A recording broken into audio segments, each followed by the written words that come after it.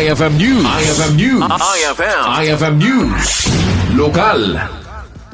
Inpakamo ni Engineer Teresa Bacnati ti Provincial Agriculture Office ang matutukan tata iti produksyon ti off-season vegetable.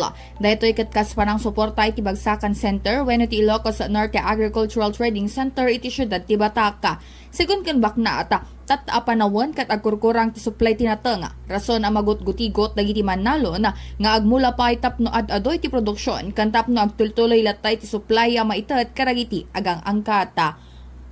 Ti madamatatang programa iti Provincial Agriculture Office kat DJ tututukan tayo DJ kukuna tayo tatanga DJ off-season vegetable production. So dating amin off-season vegetable production kat in support kay DJ operation iti DJ Bagsakan Center tayo DJ Batak. So amo tayo mat nga tatangamin nga panawon kat basit iti natin tayo kasi pinag-rarise nga ko itatangam.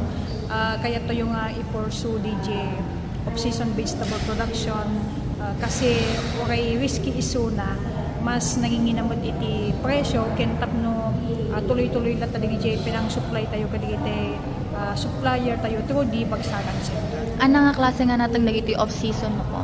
Digiti off-season tata mamkat digiti pinakbet vegetable so digiti kamatis, iti sili, ada iti okra, sitaw, karabasa. So digiti mat iti mabalin tayo nga i-raise tata nga crops na high value crops tata pinagtutulungan. Kabayatan na dagitoy anatong nga ket dagiti pangpakbeta kas iti sili, okra, sitaw, karabasa ken dadumapay.